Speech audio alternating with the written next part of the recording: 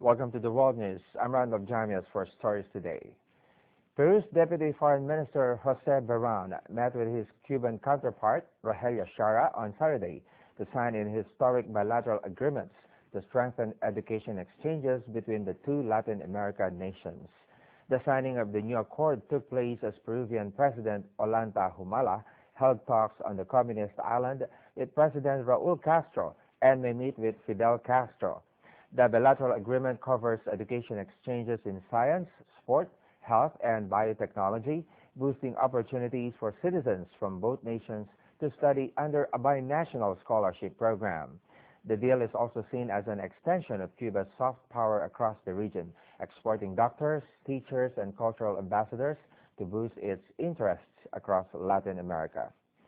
Moving now to Japan, the country's researchers are doing their best to forecast possible earthquakes. The government panel of experts has revised the probability upward for some of the megaquakes that have repeatedly struck the archipelago in the past. Members of the Earthquake Research Committee renew earthquake projections as of the 1st of January each year. One of the most feared quakes is along the Nankai Trough, south of Japan.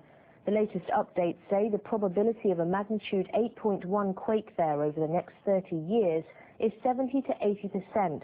That's up from the around 70% predicted last year. Scientists also revised upward the probability of a quake near the focus zone of the March 2011 tremor off the Pacific coast of northeastern Japan. They say the possibility of a magnitude 8 tremor is 1 to 20%. It was 0.7 to 10% last year. The chance of megaquakes rises as time goes by, since they occur at intervals. Committee Chief Yoshimori Honkura is urging people to make buildings quake-resistant and secure furniture to minimize damage. Now, the widespread coverage of the stunning Costa Concordia cruise ship disaster has put Giglio Island on the map as an attractive tourist destination. Giglio residents said having the stranded ship in their harbor has benefited local restaurants and hotels, although no accurate statistics about its contribution to local tourism are available. Residents say they still feel sad about the incident. The luxury cruise capsized while approaching Giglio on January 13, 2012, killing 32 people on board. There are plans to use the massive 80-ton boulder that tore a hole in the side of the ship as part of a memorial to the incident.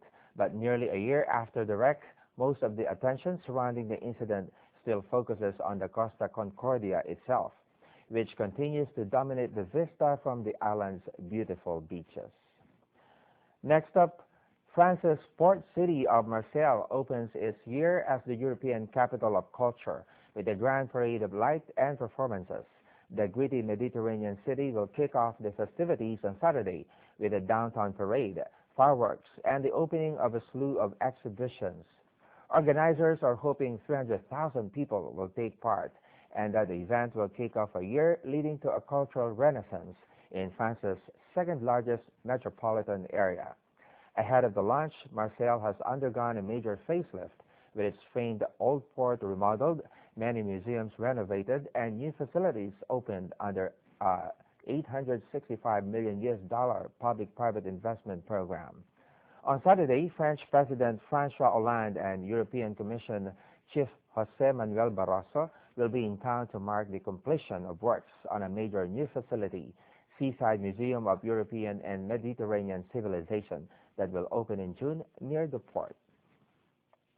In sports, United States snowboarders Charles Goldmund and Jamie Anderson were the winners of the season's first slopestyle World Cup at the U.S. Grand Prix at Copper Mountain on Friday. Goldmund has made a strong start to the season, having finished second at the Do Tour in December. On Friday, Goldmund scored a 92.5 as the American put together two strong runs, starting the second run point ahead of the field. Finland's Rup Tonteri and Peitu Pironirinen finished second and third respectively. In the women's event, Anderson continued her fine form by claiming the gold. Anderson won the Do Tour last month and handled the conditions well, with the temperatures plummeting on Friday afternoon.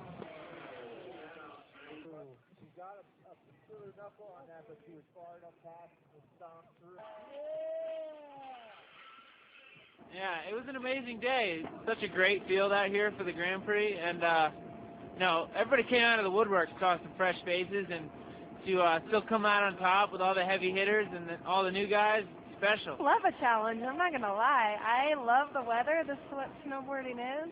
It's definitely a little difficult when it's hard to clear the jumps, but we just have to compromise and listen to ourselves, and reality hits hard if you don't. But yeah, really thankful that I stayed strong and healthy and got to put down a run or two. Thank you very much. Thank you. Have a great night. Yes. Blessings. And in golf, rookies ruled for a third consecutive day in record style at the Sony Open in Hawaii as good friends Russell Henley and Scott Langley ended Saturday's third round in a tie for the lead. Overnight, pace setter Henley fired a flawless 3-under par 67 at Waialae Country Club in Honolulu, while fellow American Langley carded a 65, the pair posting a tournament low of 17 under, 193, 5-4 holes. The two 23-year-olds will take a 3-shot lead over South African Tim Clark into Sunday's final round. Australian Scott Gardiner and American Charles Howell III were a further stroke back at 13 under in a tie for 4th place. Henley maintained that advantage with birdies at the 2nd and 8th before Langley trimmed the lead to 1 with a 2-putt birdie at the par 5 match. A 3-putt bogey at the 14th dropped Langley back into a tie for the lead, but he immediately regained a 1-stroke cushion when he rolled in a 14-footer to birdie the 15th.